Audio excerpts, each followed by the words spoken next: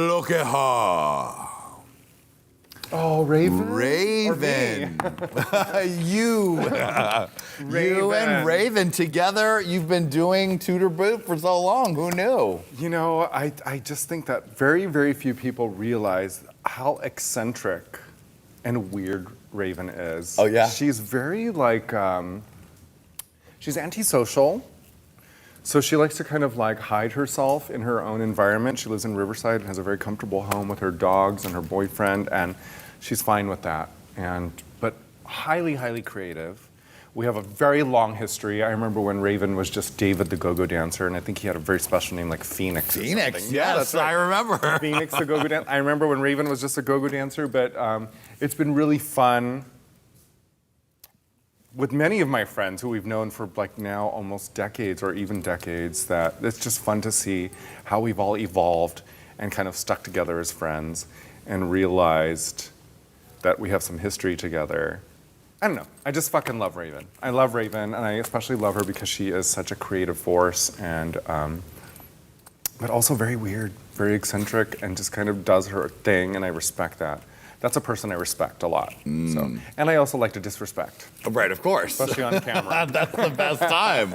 Now, what are your thoughts on the journey that she's been on of becoming the person who creates the RuPaul face? Man, that is a huge, huge responsibility. I'm actually shocked that they didn't ask me to do it. Right. I'm also, Was that a thought you had when it first happened? At first I thought, I was like, well, they didn't even ask me. But then, you know what? Also, World of Wonder knows me because we've done so many productions and so many different ideas together that they know that I'm a fucking lazy ass and that I would not like, and I hate like being part of anyone's glam squad now in my life from doing it for so long. Right. That I would prefer not to. I love makeup and I love the art of makeup and I love the process, and that part I like, but I just don't want to be nobody's glam squad. You know what I do? I think it's a huge responsibility that she's taken on, and you know, who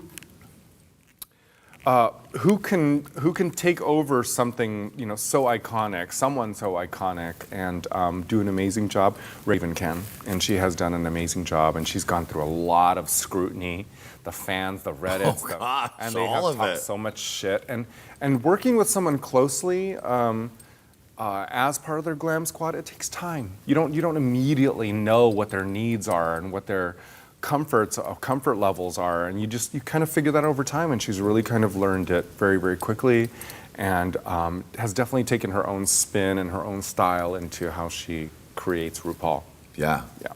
That's not easy to take up from where Matthew Anderson left off. Yeah, and you know what? Matthew was such a huge role in Ru's look that I remember years and years ago, before I was even on Drag Race, when I was assisting Matthew on America's Next Top Model, because that's really our history. Well, I asked him one day, I was like, how's RuPaul? You know, because this is before Drag Race. So I was like, how's RuPaul? And Matthew answered, I'm doing fine. Because he put all of her looks together, and he was the genius behind it, and he joked about it, of course, but, so yeah. Yeah. It's a huge responsibility. Yeah. Yeah. She's doing good. Doing great. Yeah. Doing absolutely